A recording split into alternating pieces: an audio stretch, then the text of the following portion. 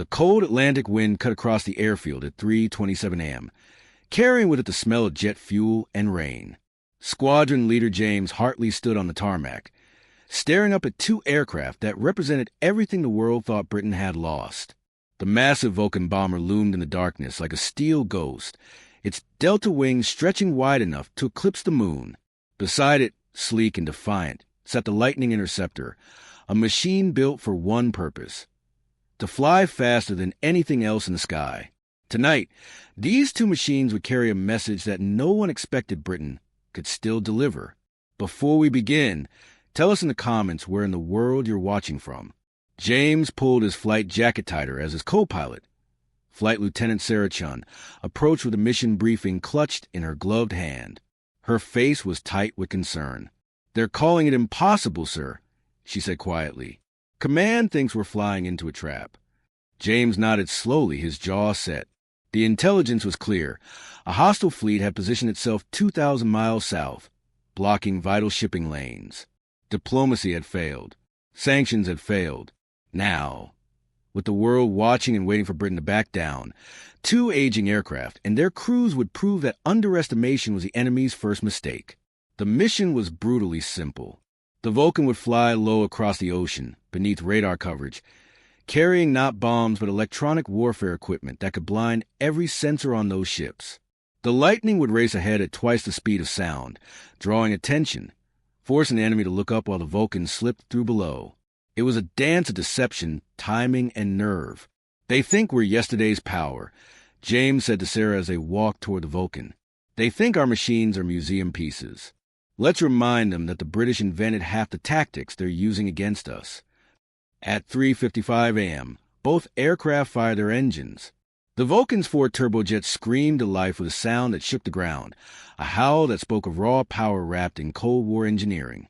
Across the runway, the Lightning's twin engines ignited with sharp crack that lit up the night. Flying Officer Marcus Webb sat in the Lightning's narrow cockpit, his hands steady on the controls despite his racing heart. He was 26, the youngest pilot in the squadron, and he'd been chosen for one reason. He was fearless enough to fly at the edge of what the Lightning could survive. "Vulcan to Lightning, radio check." James's voice crackled through Marcus's helmet. "Loud and clear, Vulcan," Marcus replied, his Welsh accent thick with tension. "Ready to make some noise." James smiled grimly in his cockpit. "That's exactly what we need. Remember, Marcus, you're the distraction. Fast, loud, and impossible to ignore. But you stay above their weapons range. Your job is to survive and make them look the wrong direction." Marcus keyed his mic. "Understood, sir. I'll give them a show they won't forget." The two aircraft rolled down the runway in sequence. The Lightning leaped into the air first, climbing nearly vertical, its afterburners painting twin pillars of fire against the pre-dawn sky. Seconds later, the Vulcan followed, rotating smoothly despite its enormous weight, banking south toward the open ocean.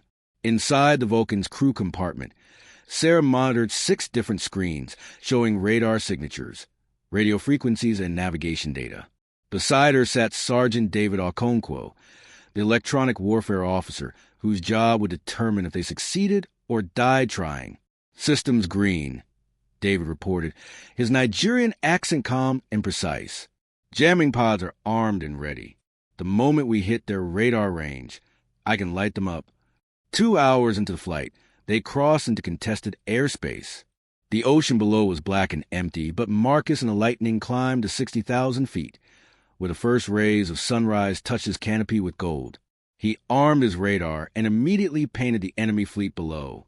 16 ships formed in a defensive screen, their missile systems tracking in slow, confident sweeps.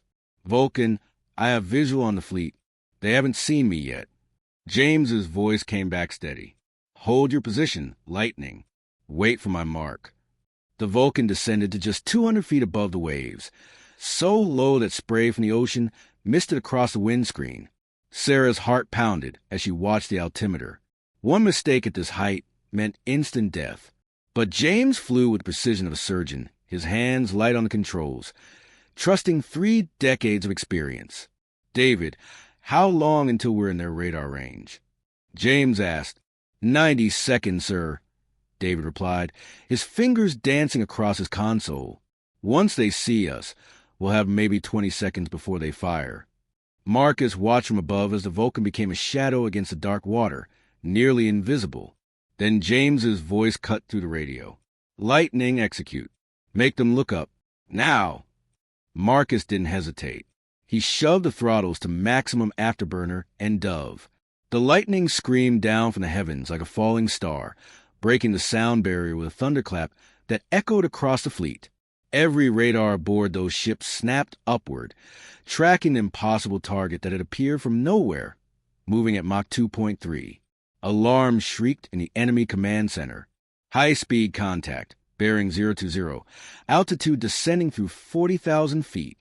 Missile batteries swiveled upward. Computers calculating intercept solutions. Officers shouted orders in 3 languages. And in that moment of chaos, the Vulcan crossed into their radar range at wavetop height. David activated the jamming pods. Instantly, every screen on every ship turned to static. Fire control systems failed. Communications went dead. The fleet was blind, deaf, and helpless.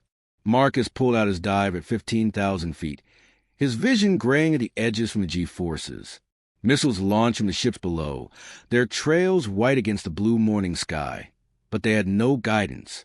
They spiraled uselessly, chasing phantom signals that David fed them through the electronic warfare systems.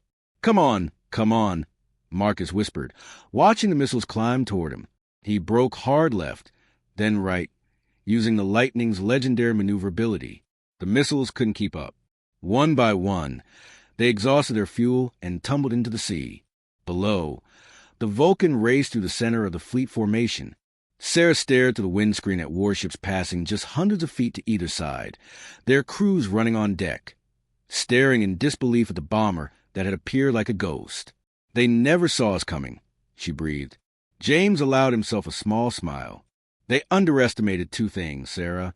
These machines and the people who fly them." David kept the jamming at maximum, burning through power reserves, but holding the enemy blind for 3 more precious minutes while they escaped the far side of the formation. Marcus climbed back to safe altitude, his fuel running critically low. "Vulcan, Lightning is Winchester. I need to head home." James's voice was warm with pride. "Outstanding work, Marcus. You gave them a master class. See you back at base."